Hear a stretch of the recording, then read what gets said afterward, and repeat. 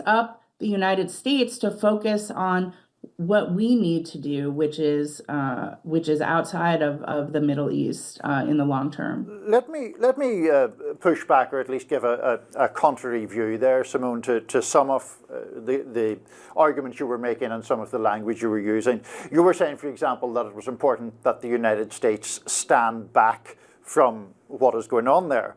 But I mean, the United States has supplied about $18 billion in military aid to Israel already. It is not, the standing back would surely involve, if one wanted to stand back, one would be reducing the amount of military aid to Israel. And you also said about Israel having the handcuffs removed, or that President-elect Trump would remove the handcuffs.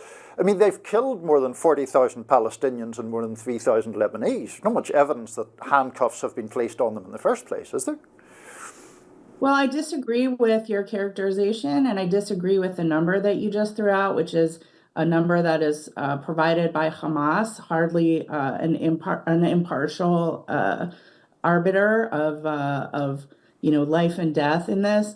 I think it's important to note that Hamas, in fact, built its weapons factories, housed its fighters within civilian populations in order to maximize civilian casualties. And so and again, this was an attack against Israel on October 7th that Israel has been reacting to ever since, a horrific attack. So I think it's important to note that. And so yeah, I disagree with your characterization of this. And when I say handcuffs, what I mean is the continued slow walking of armaments to Israel from the United States.